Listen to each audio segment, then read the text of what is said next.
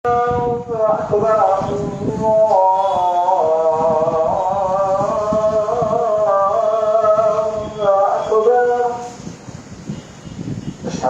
لا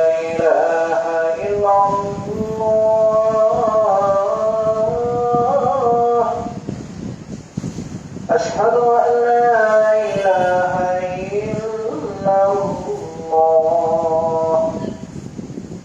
أشهد أن محمدا رسول الله أشهد أن محمدا رسول الله حي على الصلاة حي على الصلاة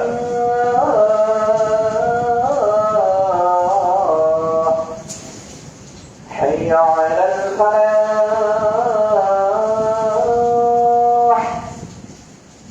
حي على الفلاح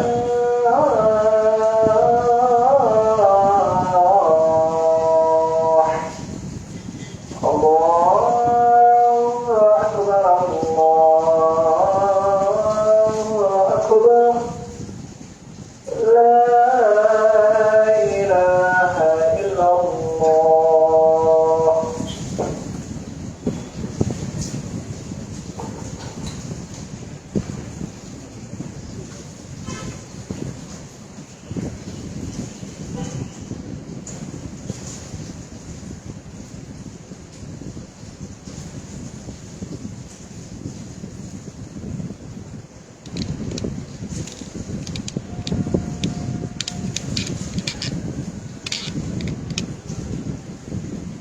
السلام عليكم ورحمة الله وبركاته. الحمد لله إن الحمد لله نحمده ونستعينه ونستغفره ونؤمن به ونتوكل عليه ونعوذ بالله من شرور أنفسنا ومن سيئات أعمالنا من يهده الله فلا مضل له ومن يضلل فلا هادي له وأشهد أن لا إله إلا الله وحده لا شريك له وأشهد أن محمدا عبده ورسوله أما بعد. يا أيها الناس اتقوا ربكم الذي خلقكم من نفس واحدة وخلق منها زوجها وبث منهما رجالا كثيرا ونساء واتقوا الله الذي تساءلون به والأرحام إن الله كان عليكم رقيبا. يا أيها الذين آمنوا اتقوا الله حق تقاته ولا تموتن إلا وأنتم مسلمون. புகழனைத்தும் ஏக இறைவனாகிய அல்லாஹ் ஒருவனுக்கே உரித்தாகட்டும்.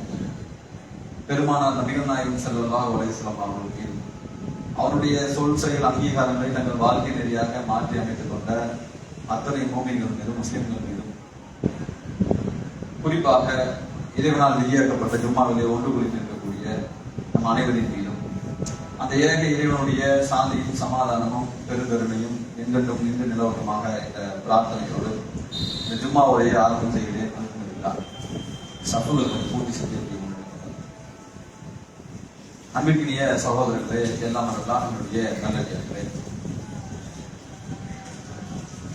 அல்லாஹ்வுடைய தூதர் அவர்கள் தான் வாழக்கூடிய அந்த நேரத்தில்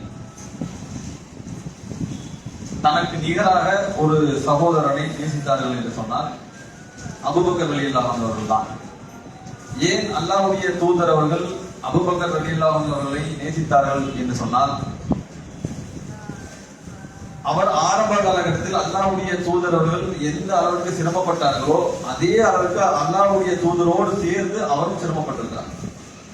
அல்லாஹ்வுடைய தூதரவர்களுக்கு ஏதேனும் சிரமம் ஏற்படும் போது பொருளாதார ரீதியாகவோ உடல் ரீதியாகவோ அல்லது வேறு எந்த வகையிலாக இருந்தாலும் சரி, அல்லாஹ்வுடைய தூதரவர்கள் மன உளைச்சலுக்கு ஆளாக்கப்படும் போதெல்லாம் அது தனக்கு நேர்ந்ததை போல அல்லாஹ்வுடைய தூதரோடு ஒன்று கூடி இருந்தவர்கள்.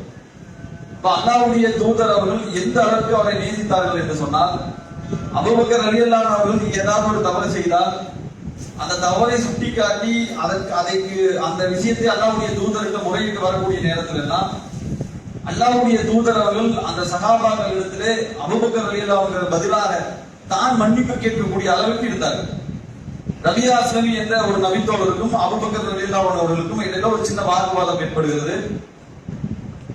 திடீர்னு அபூபக்கர் ரலியல்லாஹு அன்ஹு என்ன பண்ணாங்கன்னா ஒரு கடுமையான வார்த்தையை பேசி விடுகிறார்கள். மன்னிப்பு கேட்கிறாங்க. ஆனா கேட்கக்கூடிய நேரத்தில் அதை மன்னிக்கக்கூடிய மனநிலையில் அப்ப அவர் இல்லை.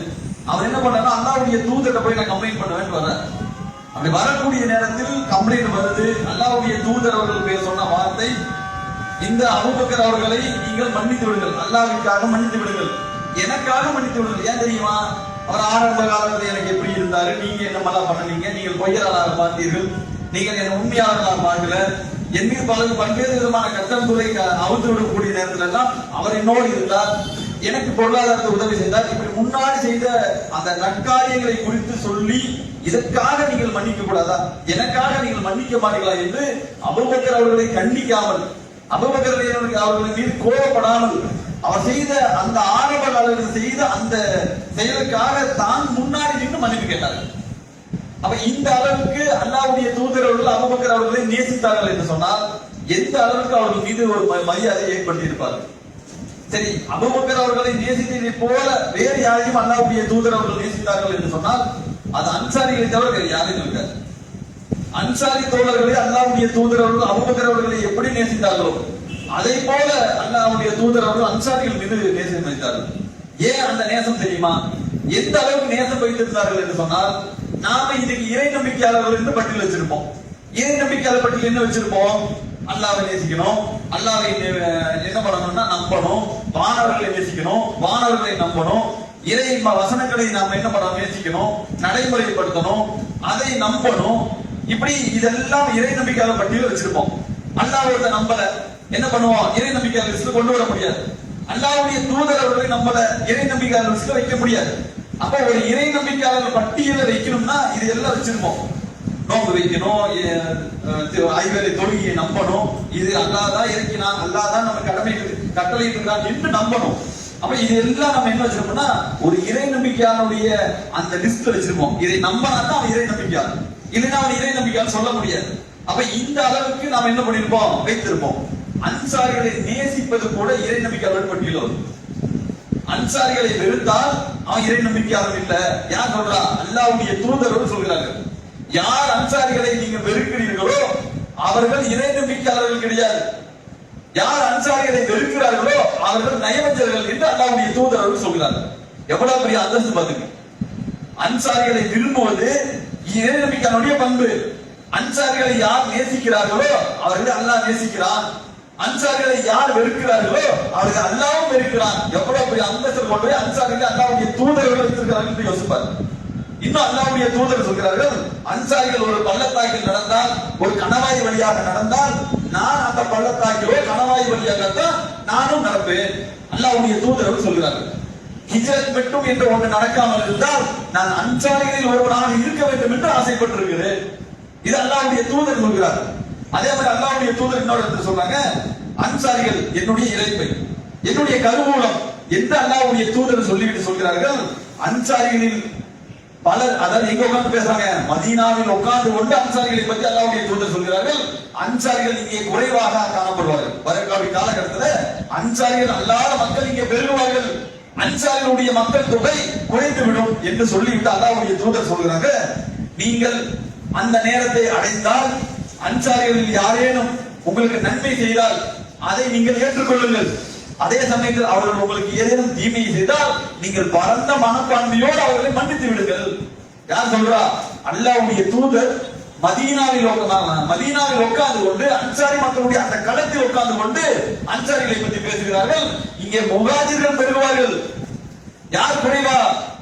மதீனாவாதியிலே இருக்கக்கூடிய மதீனாவை ஆண்ட அந்த மக்கள் குறைந்து விடுவார்கள் என்று அல்லாஹ்வுடைய தூதர் சொல்கிறார். ஆனால் அல்லாஹ்வுடைய தூதர் இந்த அளவுக்கு நேசிப்பதற்கான காரணம் என்னவென்று சொன்னால், அன்சாரிகள் மீது வைத்திருக்கக்கூடிய அந்த பற்றுக்கு காரணம் தெரியுமா? இஸ்லாமிய மார்க்கம் முதல்ல பேசிக்கா இந்த மார்க்கத்தை கட்டமைப்பதாக இருந்தால் எங்கிருந்து கட்டமைக்கப்படும்? சகோதரத்துவத்திலிருந்து கட்டமைக்கப்படும். இந்த மார்க்கம் எதில் கட்டமைக்கப்பட்டிருக்குது? யாருக்கு தெரியாது, யாருக்கு சொந்தக்காரனா இருக்க மாட்டோம், யாருக்கும் பழக்கமானவர்களாக இருக்க மாட்டோம். நான் எங்கேயோ இருப்பேன், நீங்க எங்கேயோ இருப்பீங்க. நான் அங்கிருந்து வரேன்னா என்னை நேசிப்பதற்கு காரணம் என்ன? இந்த மார்க்கத்தை சொல்ல வருகிறோம். நாம இங்க வந்து உட்கார்ந்து எல்லாத்தையும் பேசுற காரணம் என்ன? இந்த மார்க்கத்துக்குள்ள இருக்கக்கூடிய அந்த சகோதரத்துவம். அப்ப இந்த மார்க்கம் எதை அடிப்படையாக கொண்டு கட்டமைக்கப்படுதுன்னா பாரம்பரியத்தை கொண்டோ, பணத்தை கொண்டோ, அல்லது மதிப்பு மரியாதைகளை கொண்டோ, அல்லது அதிகாரத்தை கொண்டோ, எதை கொண்டு கட்டமைக்கல. இந்த மார்க்கம் ஒரு விஷயத்தில் கட்டமைக்கப்படுகிறது என்று சொன்னால் சகோதரத்துவத்தை வைத்துதான் கட்டமைக்கப்படுகிறது. சகோதரத்துவம் இல்லாமல் இந்த மார்க்கம் அடிப்படையே கிடையாது. எந்த அளவுக்கு அப்படின்னு சொன்னா அல்லாஹ்வுடைய தூதர் அவர்கள் இந்த சகோதரத்துவத்தை குறித்து பேசக்கூடிய நேரத்துல ஒரு இறை நம்பிக்கையாளர்கள் எப்படி இருப்பாங்கன்னு சொல்றாங்க. ஒரு இறை நம்பிக்கையாளர்கள் எப்படி இருப்பாங்கன்னா ஒரு உடலை போல இருப்பாங்க. ஒருவருக்கு ஒருவர் கருணை காட்டுறதுல, ஒருவருக்கு ஒருவர் அன்பு காட்டக்கூடியதுல, ஒருவருக்கு ஒருவர் உதவி கொள்வதுல, இதுல எப்படி இருப்பாங்கன்னா ஒருவர் உடலை போல இருப்பார்கள். ஏன் உடலை பற்றி சொல்றாங்க தெரியுமா? இந்த உடலில் ஏதேனும் ஒரு உறுப்பு பலவீனம் அடைந்து விட்டால் மற்ற உறுப்புகள் எனக்கு என்ன அப்படின்னு இருக்காது. அந்த உறுப்பை ரெடி பண்றதுக்கு மற்ற உறுப்புகள் வேலை செய்யும். ஒரு கிட்னி ஃபெயிலியர் அது வேலை செய்யலைன்னா கணைய வேலை செய்யும். கணைய வேலை செய்யலையா அதுக்கு இன்னொரு வேலை செய்யும். அதை ரெடி பண்றதுக்கு இன்னொரு உறுப்பு வேலை செஞ்சுக்கிட்டே இருக்கும். அப்ப இந்த மாதிரி ஒரு கோரிக்கையா தான் ஒரு உறுப்பு இருந்துகிட்டே இருக்கும். உடலுக்குள்ள வயிற்றுக்குள்ள ஒரு பிரச்சனை இருக்குதா, அதை வெளிக்காட்டுறது எதுவா இருக்கும்? நம்முடைய நாக்கு, வாயு, உதடு இப்படி காட்டும். வயிற்றுக்குள்ள ஒரு பிரச்சனை இருக்குது, அதை ரெடி பண்ணி என்ன சொல்லுவோம்? இன்னொரு உறுப்பு காட்டி கொடுக்கும். அப்ப ஒரு உறுப்பு பெரிய அளவில் பாதிக்கப்பட்டால் உடனடியாக உடல் ஒரு காய்ச்சல் வந்துடும். காய்ச்சல் இருக்க வருது, உடல் சூடு அதிகமா இருக்கலாம், அல்லது வேறு ஏதாவது பிரச்சனை இருக்கலாம். அப்படி இந்த மாதிரி ஒரு உடலில் இருக்கிற ஒரு உறுப்பு பாதிக்கப்பட்டு விட்டால் உடல் இருக்கிற மற்ற உறுப்புகள் எல்லாம் சேர்ந்து அதை ரெடி பண்றதுக்கு வேலை செஞ்சுக்கிட்டே இருக்கும். அப்ப இந்த அளவுக்கு ஒரு சகோதரன் எப்படி இருப்பான்னு சொன்னா ஒரு சகோதரன் உதவி புரிவதில்லை, ஒரு சகோதரன் மீது கருணை காட்டுவதில்லை, ஒரு சகோதரன் மீது அன்பு காட்டு செலுத்துவதில்லை. ஒரு எப்படி இருப்பாங்கன்னா இறை நம்பிக்கையாளர்கள் உடலை போல இருப்பாங்கன்னு சொல்றாங்க ரசூலுல்லாஹ். அப்ப எப்படி இருக்குன்னு யோசிச்சு பாருங்க. நாம இந்த மாதிரி உதவி செய்து வருகிறோமா?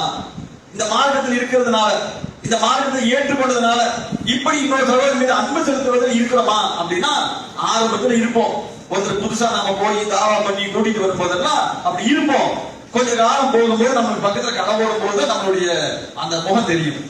நமக்கு பக்கத்துல நாம செய்யக்கூடிய வியாபாரத்துல அவர் பக்கத்துல கடை போட்டா நாம என்ன பண்ணுவோம்? நம்ம சுயர் போட்டு அப்பதான் காட்டுவோம். அது வரைக்கும் காட்ட மாட்டோம். ஆனால் அல்லாஹ்வுடைய தூதர் அவர்கள் இன்னொரு செய்தி சேர்த்து சொல்கிறார். அந்த சகோதரத்துவத்துக்காக ஒரு மூமின்கள் எப்படி இருப்பார்கள் என்று சொன்னா ஒரு கட்டிடத்தை போல இருப்பார்கள். ஏன்? ஒரு கல்லை உருகிட்டா மொத்த பில்டிங் என்ன ஆகும்? வீக் ஆகும். அப்ப எல்லா கல்லும் முக்கியமான ஒரு கல் தான். ஒரு கல் தேவையில்லை, நம்ம என்ன பண்ண முடியாது, சென்ட்ல கொடுக்க முடியாது. அப்ப ஒரு பில்டிங் ஸ்ட்ராங்கா இருக்கணும்னா அங்க இருக்கக்கூடிய அத்தனை கல்லும் நம்மளுக்கு தேவை, இல்லைன்னா பில்டிங் வீக் ஆயிடும். இதே அல்லாஹ்வுடைய தூதர் சொல்லி காட்டுகிறார். அப்ப ஒரு சகோதரத்துவத்தை பண்பு இந்த விஷயத்துல எந்த அளவுக்கு அல்லாஹ்வுடைய தூதர் இதை உடைக்கிறோம் இல்ல, நம்ம சாதாரண உடைச்சிட்டு போயிடுறோம். 2 பேரும் சேருவோம், ஒரு பெரிய டீம் ஆர்கனைஸ் பண்ணுவோம், இந்த மார்க்க விஷயங்கள் நடந்து போயிட்டே இருக்கும். இப்படி எல்லாம் இருக்கக்கூடிய நேரத்துல நம்மளுக்கு இருக்கிற பண்பு என்ன?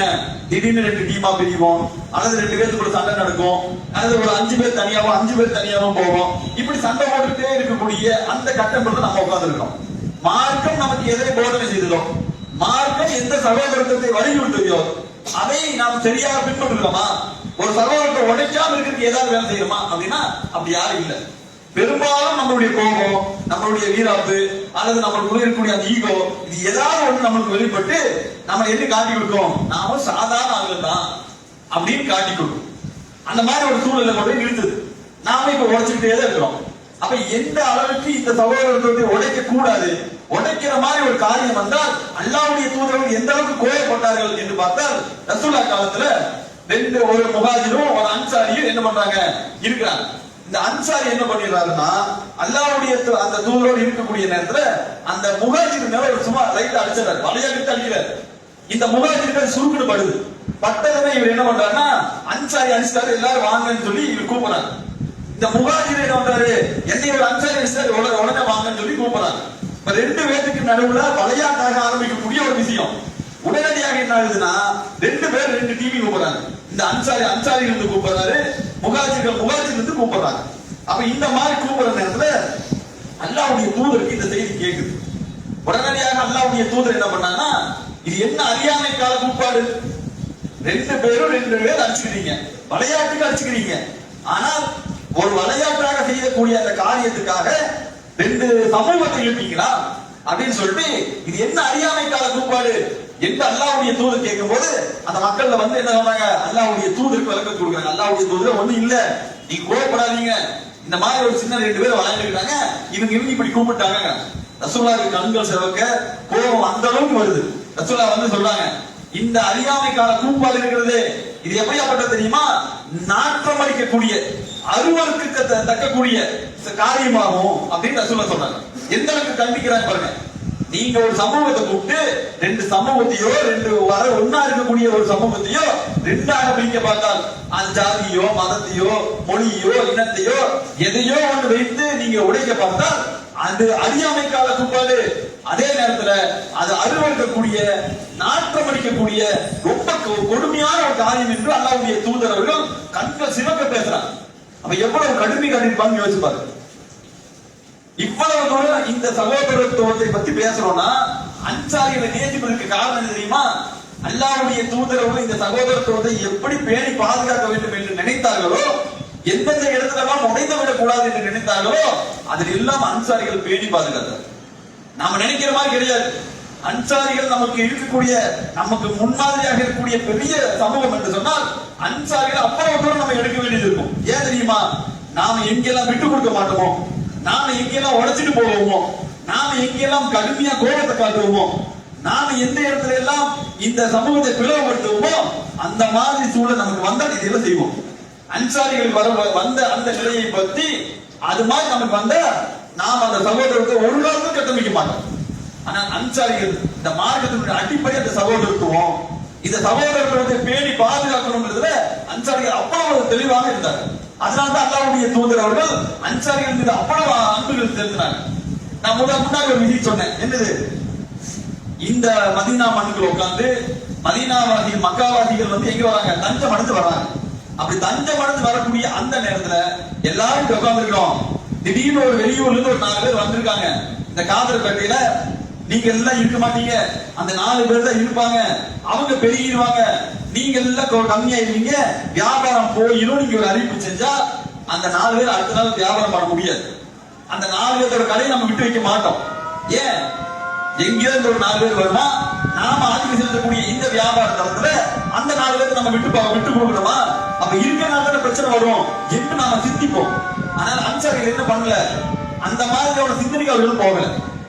உதாரணத்துக்கு நமக்கு எல்லாம் தெரிஞ்ச ஒரு செய்தி, அல்லாஹ்வுடைய தூதருடைய காலத்துல நாம் இங்க இருந்து முஹாஜிர்கள் என்ன பண்றாங்க, நேரா மதீனாவுக்கு தஞ்சம் அடைகிறாங்க. அப்படி தஞ்சம் அடையக்கூடிய நேரத்தில் எந்த மாதிரியான நிலை இருந்துச்சு? மக்காவில் இருந்த நிலை அல்லாஹ்வுடைய தூதருக்கு இல்ல. அல்லாஹ்வுடைய தூதர் அவர்கள் மக்காவில் இருந்து மதீனாவுக்கு வரக்கூடிய நேரத்துல எந்தவித இடைஞ்சல்களும் இல்லாமல் ஒரு பெரிய கட்டமைப்பை ஏற்படுத்தி அந்த இடத்துல ஒரு ஜும்மா நடக்கக்கூடிய அளவுக்கு மக்களை சரி செய்து அல்லாஹ்வுடைய தூதருக்கு எந்த எதிர்ப்புமே இல்லாத நிலையில தான் அல்லாஹ்வுடைய தூதர் அவர்கள் மதீனாவுக்குள்ள வர்றாங்க. அப்ப மதீனாவுக்குள்ள வர்றதுக்கு முன்னாடி சில நபித்தோழர்கள் உள்ள வர்றாங்க.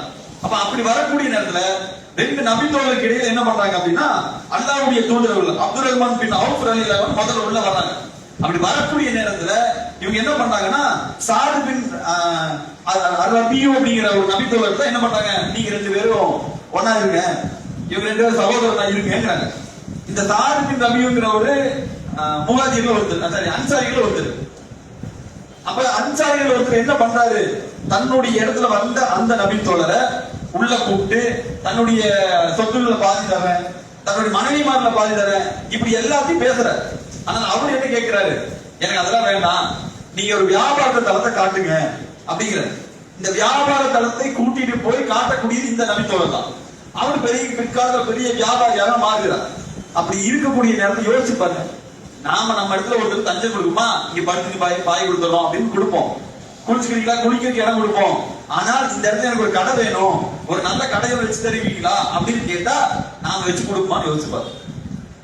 ஒரு காலத்துல என்ன பண்ண மாட்டோம், நம்மளுக்கு காம்படிஷனா இன்னொரு ஆளை கொண்டு நாங்க உட்கார வைக்கவே மாட்டோம். அது நம்மளுடைய வியாபாரத்தலம், புதுசா யாரையும் அனுமதிக்க மாட்டோம். அந்த நிலைக்கு நாம வருவோம். ஆனா அந்த நபித்தோழர் என்ன பண்ணாங்கன்னா, சம்பந்தப்பட்ட அந்த நபித்தோழரை கூட்டிட்டு போய் அந்த இடத்தை காட்டி ஒரு வியாபார தளத்தை அறிமுகப்படுத்துகிறார் என்று சொன்னால் இது ஒரு விஷயம். இதை தாண்டி சில விஷயங்கள் இருக்குது. அல்லாஹ்வுடைய தூதர்கிட்ட இருக்கக்கூடிய அந்த சமூகம் எப்படி இருந்துச்சுன்னா, பொருளாதார விஷயத்துல தன்னுடைய தேவைகள் எல்லாம் எந்த நிலையில் இருந்தாலும் நல்லா பாத்துங்க. எந்த அளவுக்கு முஹாஜிர்கள் பொருளாதாரத்தில் உயர்ந்திருக்கிறாங்கன்னு காட்டிடுவோம், எந்த அளவுக்கு அன்சாரிகள் பொருளாதாரத்தில் உயர்ந்திருந்தாலும் காட்டிடுவோம். அன்சாரிகளை பொறுத்த வரைக்கும் வரக்கூடிய நேரத்தில் முஹாஜிர்கள் உள்ள வர நேரத்திலே பெரும் செல்வந்தர்களாக இருந்தார்கள். எந்த செல்வந்தர்களாக இருந்தாங்க? திண்ணை தோழர்கள் அந்த நேரத்தில் இருந்தாங்க. அவங்க வேலைக்கு போக மாட்டாங்க, முடியாது. பசி பட்டியல் ரொம்ப கஷ்டத்தில் இருக்கக்கூடிய அந்த நேரத்துல இந்த அன்சாரிகள்ட்ட ஒரு பழக்கம் இருந்துச்சு. ரொம்ப அந்த அன்சாரிகளை பொறுத்த வரைக்கும் நல்ல பெரிய செல்வந்தர்களாக இருக்கக்கூடியவர்கள் என்ன பண்ணுவாங்கன்னா, தான் வீட்டுல பெரிய அந்த தோட்டத்தில் இருக்கக்கூடிய அந்த பேரிச்ச மரங்களை ஒரு 2 கொலையோ 3 கொலையோ அல்லது 1 கொலையோ எந்த அளவுக்கு நல்லா இருக்குதோ அந்த கொலைகளை கொண்டு வந்து என்ன பண்ணுவாங்கன்னா பள்ளியினுடைய முட்டத்திற்கு பங்குடுவாங்க. அது திண்ணை தோழர்கள் என்ன பண்ணா அவங்க ஒரு குச்சியை வச்சு அடிச்சு அந்த பேரிச்ச மரங்களை எடுத்து சாப்பிடக்கூடிய நிலையில் இருந்தாங்க. இது மாதிரி எல்லா வசதியான தோட்டம் தொடர்பு வச்சிருந்த அத்தனை பேரும் அந்த பேரிச்ச மரங்களை கொண்டு தொங்க விடுறது அவங்களுடைய பழக்கம். இதை நல்ல கவனிச்சுங்க. அன்சாரிகள் எவ்வளவு தூரம் செல்வத்தில் இருந்தாங்க அப்படின்னா தன்னுடைய செல்வத்திலிருந்து பாதி கொடுக்கிறவங்க ரெடியா இருந்தாங்க. தன்னுடைய அந்த விளைநிலத்திலிருந்து கொண்டு வந்து டெய்லி தொங்க விடக்கூடிய அளவுக்கு இருந்தாங்க. இவ்வளவு தூரம் செல்வத்துல பெரிய செல்வாந்தர்களாக தான் இருந்திருக்காங்க. இது பின்னாடி தெரியும். அப்ப இந்த அளவு செல்வந்தர்களா இருக்கக்கூடிய அந்த நபர்கள் இந்த திண்ணை தோழர்கள் இருக்கிறாங்க. அதுல சிலர் என்ன பண்ணாங்கன்னா, நம்ம 10 பேர் நல்லவனா இருந்தாலும் 10 பேர்ல ஒரு ஆள் இருக்கும்ல, அந்த மாதிரி ஒருத்தர் என்ன பண்றாருன்னா அந்த நல்ல முத்தி போவாத பிஞ்சு பழத்தை கொண்டு வந்து தொங்க விடுறது, அல்லது வெம்பி கீழே விழுந்துருக்குமே அதை கொண்டு வந்து தொங்க விடுறது, இந்த மாதிரியான காரியங்கள்ல ஈடுபடுறாங்க. அப்படி ஈடுபடக்கூடிய நேரத்துல அந்த மக்கள் வெளிப்படையா சொல்றாங்க, நாங்கள் இந்த மாதிரி ஒரு காரியத்தை எங்கிலும் சிலர் செய்தார்கள். அப்படி செய்யக்கூடிய நேரத்துல அல்லாஹ் என்ன பண்ணான்னா ஒரு இறைவசனத்தை இறக்கணும். எந்த மாதிரி இறைவசனம்னா, நம்பிக்கை கொண்டவரே, நீங்கள் சம்பாதித்தல் தூய்மையானவற்றையும் பூமியிலிருந்து உங்களுக்கு நாம் வெளிப்படுத்தியதிலிருந்தும் நல்ல வழியில் செலவிடுங்கள். நீங்கள் எதுல தூய்மையா சம்பாதிச்சீங்களோ, ஹராமா சம்பாதிச்சது எதையும் வேணாம், நீங்கள் தூய்மையாக சம்பாதித்தது வந்து ஒண்ணு கொடுங்க. எப்படி கொடுக்கணும்? அல்லாஹ்வுடைய பாதையில நீங்க செலவிடுங்க. அதே போல நான் உங்களுக்கு வழங்கியவற்றிலிருந்து அல்லாஹ் என்ன பண்றான், நீங்க சம்பாதிச்சிருக்கிற பேசல, நான் உங்களுக்கு எதை கொடுத்தேனோ எந்த பரக்கத்தை ஏற்படுத்தி இருக்கிறேனோ அதிலிருந்து நீங்க என்ன பண்ணுங்க, நல்வழியில் செலவிடுங்கள் என்று சொல்லிவிட்டு அல்லாஹ் இன்னொரு இடத்துல தெளிவா பேசலாம். நீங்கள் கண்களை மூடிக்கொண்டே தவிர எந்த பொருளை வாங்க மாட்டீர்களோ அதை கொண்டு தர்மம் பண்ணாதீங்க. ஒரு மட்டமான பொருளை நம்ம வாங்குறதா இருந்தா கண்ணு திறந்து இருக்கும் போது அந்த மட்டமான பொருளை வாங்க மாட்டோம். நம்மளுக்கு கண் பார்வை இல்ல, யாராவது ஒருத்தர் நம்மளை ஏமாத்துறோம்னா வாங்குவோம், ஏன்னா நம்ம கண்ணால் பார்க்க முடியாது. அப்ப அந்த மாதிரி கண்களை மூடிக்கொண்டு நம்ம வாங்கக்கூடிய அளவுக்கு இருக்கக்கூடிய அந்த மாதிரி மட்டமான பொருட்களை நீங்கள் என்ன பண்ணாதீங்க, அல்லாஹ்வுடைய பாதையில செலவு செய்யணும்னு நினைக்காதீங்க என்று அல்லாஹ் வந்து ஒரு இந்த மாதிரி விஷயத்தை பார்த்ததுமே கண்டிச்சு ஒரு வசனத்தை இறக்குகிறார். அன்சாரிகள் என்ன சொல்றாங்க தெரியுமா, அந்த வசனம் எங்களுக்கு இறக்கி அருளப்பட்டதோ அதுக்கு பின்னாடி நாங்க நல்ல பொருட்களை தவிர, விலை உயர்ந்த பொருட்களை தவிர, தரமான பொருட்களை தவிர நாங்கள் செலவு செய்ததே கிடையாது. எந்த அளவுக்கு பாத்துங்க, ஒரு இறைவசனம் வந்து விட்டால் அதை நம்மை கண்டித்து வந்து விட்டால் அதை மறைக்கவும் இல்லை, அதே சமயத்துல அந்த இறைவசனத்துக்கு முழுமையாக கட்டுப்படக்கூடிய அந்த மக்களாக அங்க இருக்கக்கூடிய நிலைக்கு அந்த மக்கள் தகுதிப்படுகிறார்கள் சொன்னால் எந்த அளவுக்கு இருப்பாங்கன்னு யோசிப்பார். அதே மாதிரி அன்சாரிகளை பொறுத்த வரைக்கும் நாம நினைச்சிட்டு இருப்போம், எப்படி இருப்போம், சாதாரணமா பொருளாதாரத்தை செலவு பண்ணணும். ஆனால் அதே சமயத்துல உயிரை கொண்டு கொடுக்கணும் அப்படின்னா இன்னைக்கு நாம எல்லாருமே ஜர்க்காக பார்க்கிறோம். நான் உயிர் கொடுப்பான் அல்லாஹ்வுடைய பாதையில உயிரை கொடுக்கக்கூடிய நிலையில் அந்த அளவுக்கு உறுதியாக இருக்கிறோமா என்பதை நாம நமக்கு தான் கேள்வி கேட்கிறோம். அதில் நமக்கே பதில் வரும், நாம அந்த மாதிரி உறுதியாக இருக்கிறோமா அப்படின்னு பார்த்தா அப்படி இருக்க முடியும், இப்படி இருக்க மாட்டோம். எல்லாரும் இந்த உலகத்தின் மீது பெரும் நேசத்தை வச்சிருக்கிறோம். மறுமையை கொண்டு ஏதாவது நேசம் வச்சிருக்கிறோமா? அப்படி எதுவும் இல்லை. ஆனால் அன்சாரிகளை பொறுத்த வரைக்கும் உகதுடைய யுத்த களம், அந்த உகதுடைய யுத்த களத்துல 7 அன்சாரிகளும் 2 முஹாஜிர்களும் அல்லாஹ்வுடைய தூதரோடு சேர்ந்து இருக்கிறார்கள். அப்படி இருக்கக்கூடிய நேரத்துல அல்லாஹ்வுடைய தூதருக்கு மொத்தமா இருக்கிறது 9 பேர், மற்ற எல்லாரும் களத்துல இருக்காங்க. எதிரிகளுடைய பார்வையில் அல்லாஹ்வுடைய தூதர் படுகிறாங்க, ஏன்னா 9 பேர் தான் இருக்கிறாங்க.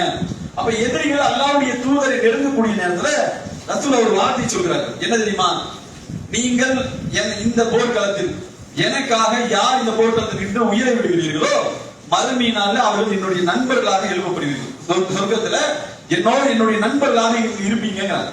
அப்படி இருப்பீங்கன்னு சொன்ன உடனே, அந்த வார்த்தையை கேட்ட உடனே முதல்ல ஒரு அன்சாரி போகிறார், 2வது ஒரு அன்சாரி போகிறார், 3வது ஒரு அன்சாரி போகிறார். இப்படி 7 பேரும் ஒன்றன் பின் ஒன்றாக போய் அல்லாஹ்வுடைய தூதருக்காக தன்னுடைய உயிரை அந்த களத்துல என்ன பண்றாங்க, விடுகிறார்கள். அல்லாஹ்வுடைய தூதர் சொல்கிறாங்க, முஹாஜிர்கள் அந்த 2 பேரை பார்த்து, அன்சாரிகளை போல முஹாஜிர்கள் நடந்து கொள்ளவில்லை இந்த விஷயத்துல. அல்லாஹ்வுடைய தூதரோடு தானே இருந்தாங்க, முஹாஜிர்கள் அங்க இறங்கி இருக்கலாம்.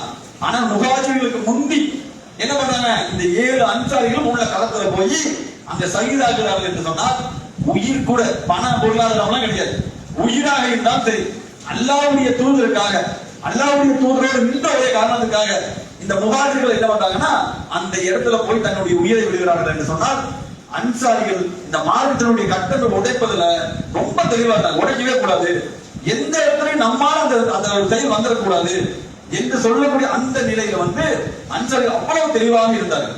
சில இருந்தார்கள்.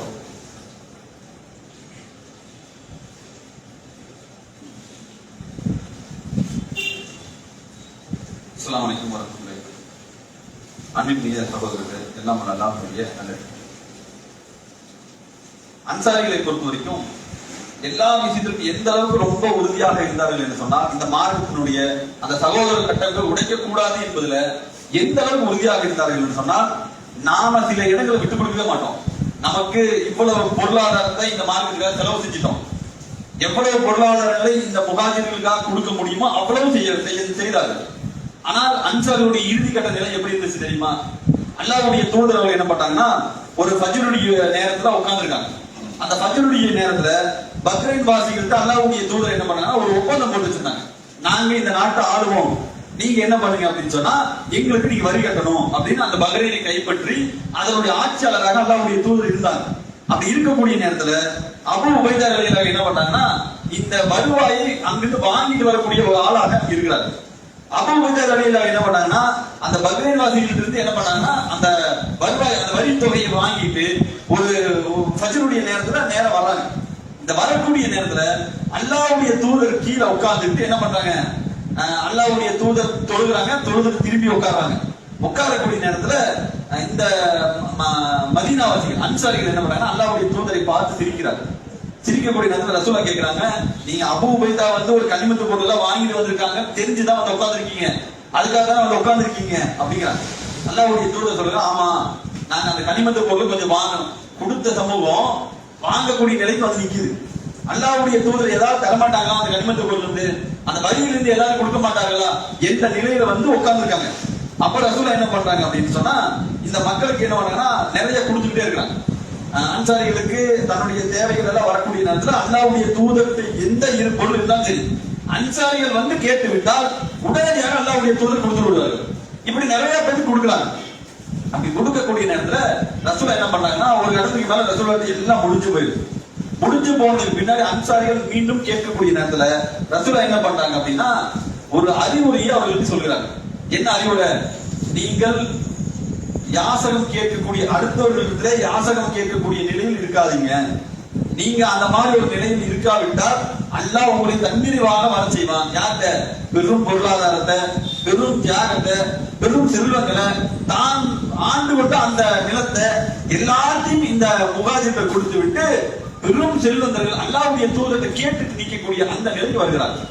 அந்த நிலையில ரசூலுல்லாஹ் சொல்றாங்க, நீங்க யார்கிட்டயும் போய் யாசகம் கேட்காதீங்க, தன்னிறைவா வாழ நினைங்க, நீங்க பொறுமையாளர்களாக இருங்கள், இதை விட ஒரு பொக்கிஷம் வேற எதுவும் கிடையாது, நீங்கள் உங்களுடைய என்ன பண்ணா சுயகௌரவத்தோடு வாழுங்க என்று அல்லாஹ்வுடைய தூதர் வந்து ஒரு அறிவுரை சொல்கிறார். சொல்லிவிட்டு இன்னொரு செய்தி அவர் சொல்கிறார். என்ன தெரியுமா? நீங்க என்ன பண்ணாதீங்க அப்படின்னு சொன்னா, யார்கிட்ட? நல்ல அன்சாரிகள்கிட்ட ரசூலா ஒரு விஷயத்தை தெளிவாக சொல்கிறார்கள். உங்களுக்கு முன்னாடி ஒரு சமூகத்துக்கு நிறைய கொடுக்கப்பட்டுச்சு, ஒரு மகிழ்ச்சியான செய்திகள் கிடைக்கப்பட்டது.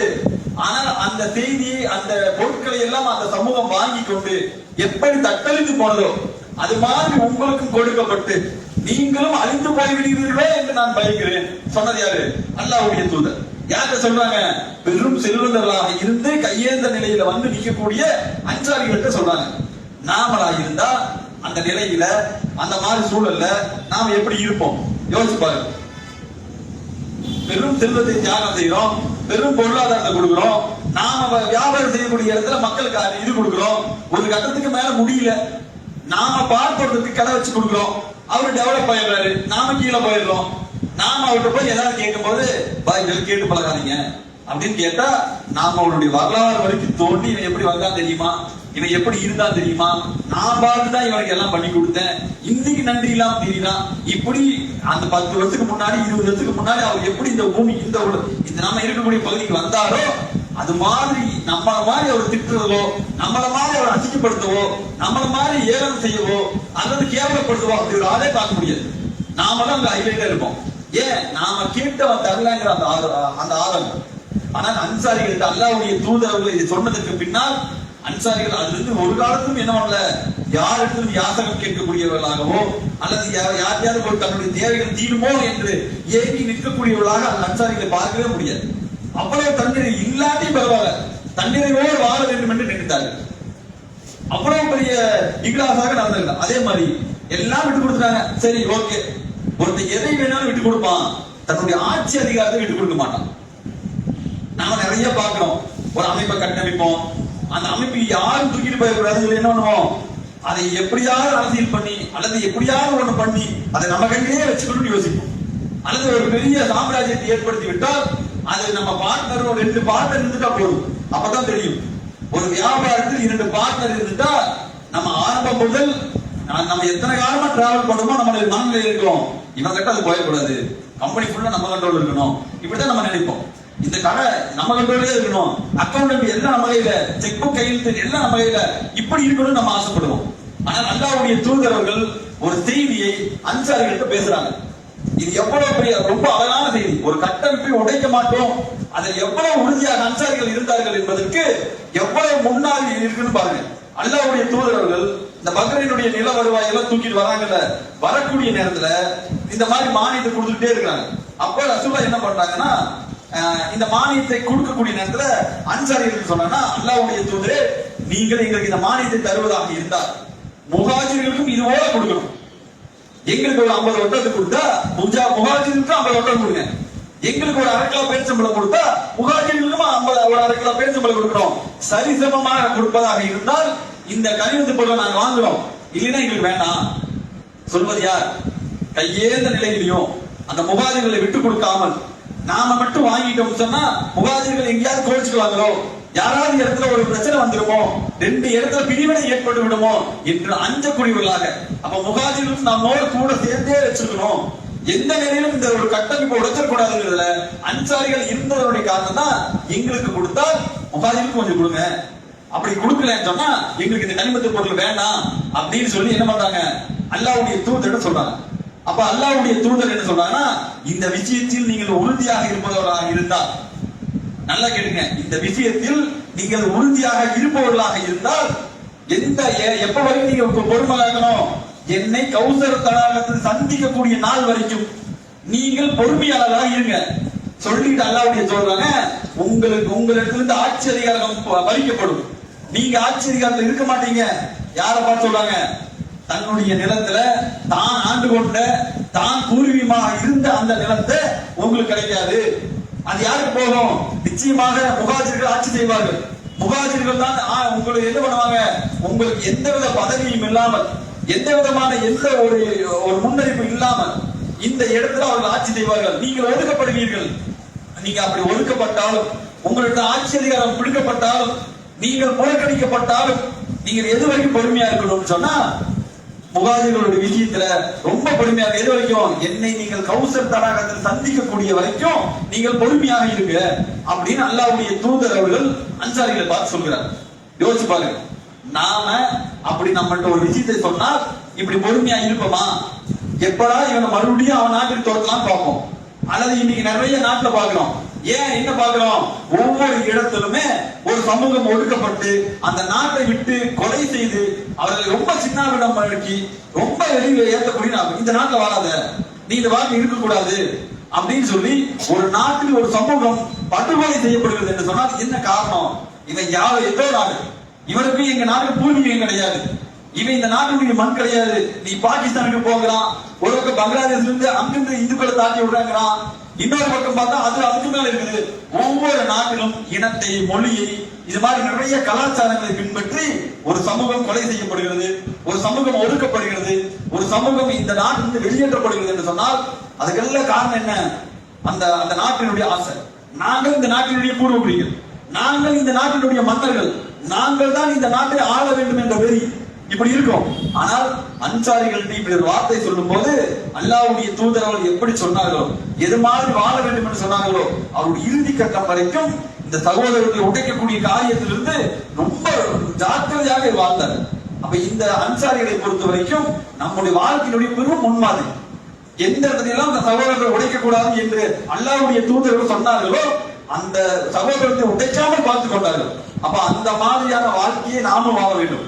அன்சாரிகளை போல அவர்களுக்கு படிப்பனை பெறக்கூடிய மக்களாக நாம் இருக்க வேண்டும். அத்தகைய பண்புகளை வளர்த்துக் கொண்டவர்களாக நாமும் இந்த சகோதரத்தை பேணியவர்களாக இன்ஷா அல்லாஹ் மறுமை நாள் வரைக்கும் நம்முடைய இந்த காரியங்களில் பொறுமையாளர்களாக வாழ்ந்து மறைந்து சொர்க்கம் செல்லக்கூடிய மக்களாக வல்ல ரஹ்மான் ஆக்கியது புரிவானாக என்று கூறி இந்த உரையை நிறைவு செய்கிறேன். வாஹிதான அஸ்ஸலாமு அலைக்கும்.